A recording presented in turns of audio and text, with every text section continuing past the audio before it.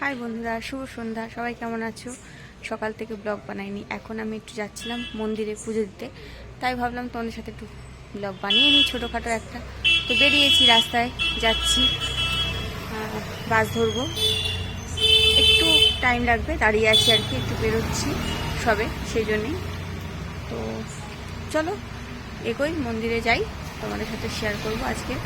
অনেকটা অনেক দিন পর আমি যাচ্ছি, অনেক দিন না, অনেক বছর পর মনে হয় আমি যাচ্ছি, না আজ প্রায় 2-3 বছর আমি হয়তো যাইনি। অনেক দিন পরে আমি মন্দিরে যাচ্ছি মায়ের কাছে। তো চলো, এখন জাস্ট ডিউটি থেকে বেরিয়েছি, এখন যাব। তো চলো আমি এগোই, তারপরে মন্দিরে গিয়ে দেখা হচ্ছে। আমি মন্দিরে পৌঁছে গেছি, তোমাদেরকে মন্দিরটা দেখিয়ে দিই। এটা হচ্ছে আমাদের এখানকার কালীঘাট মন্দির।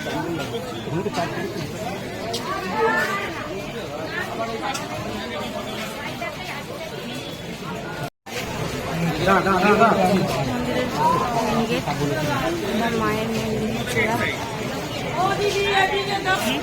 দোকানপাট বসেছি, শুধু দোকানপাট না, প্রচুর দোকানপাট। আমি তোমাদেরকে অর্ধেকটা দেখাচ্ছি, প্রচুর দোকানপাট। আর মন্দিরটা আমি এত বছর আসার পর, এত বছর পরে আসছি বলে আমার কাছে নতুন লাগছে, মন্দিরটা পুরো নতুন। মায়ের মন্দিরে যাচ্ছি, তো চলো পরে ঢুকছি। মন্দিরটা এতটা পাল্টেছে আমি ভাবতেই পারিনি, তো পুরোটাই পাল্টেছে, এইগুলো আমি অনেক দেখিনি কোনোদিন বলতে গেলে, সত্যি কথা বলতে। আর এদিকেও কিছু করেছে কলকারখানা, তো এগুলো সব এমনিই ছিল, দোকানপাট বসতো সব কিছু। সত্যি বলছি, এগুলো আমি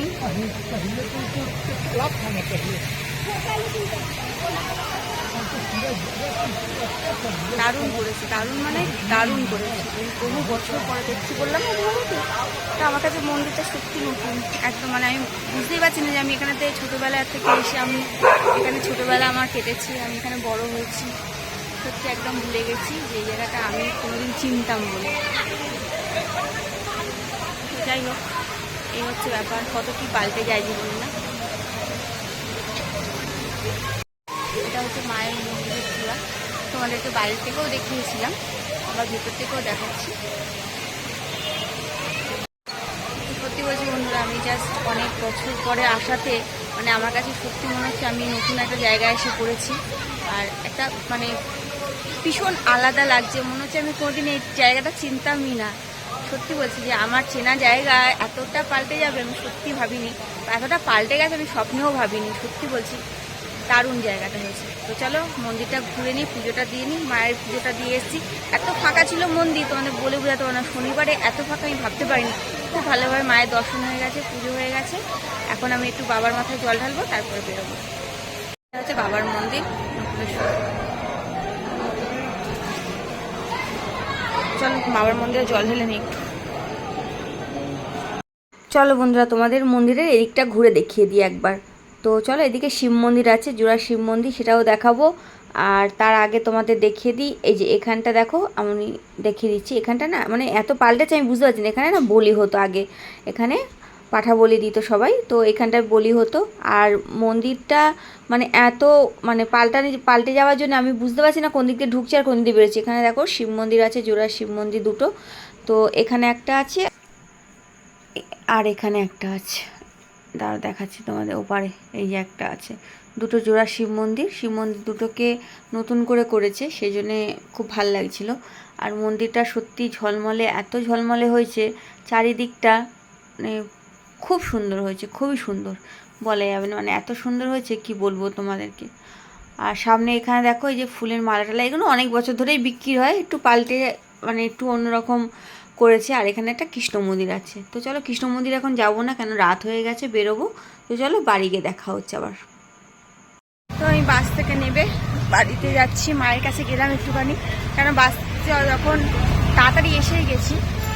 আর বাস থেকে নেবে একদম মায়ের বাড়ির সামনে নেমে গেলাম, নেমে প্রসাদটা দিয়ে গেলাম, আর মাকে কালীঘাটের গল্প বলে গেলাম, কেননা আমার মা ওখানটায় অনেক বছর ছিল, ওখানে আমরা সবাই থাকতাম এক সময়।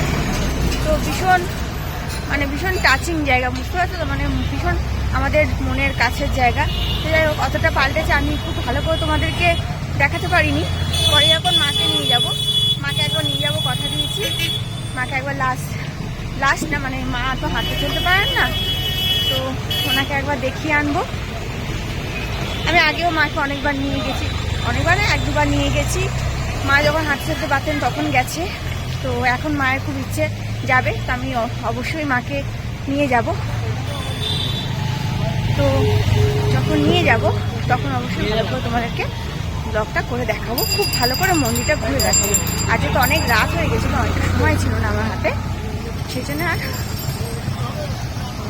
দেখাতে পারিনি। আমি খুব হাঁপিয়ে গেছি। তো চলো বাড়ি ফিরি, তারপর আবার কথা হচ্ছে।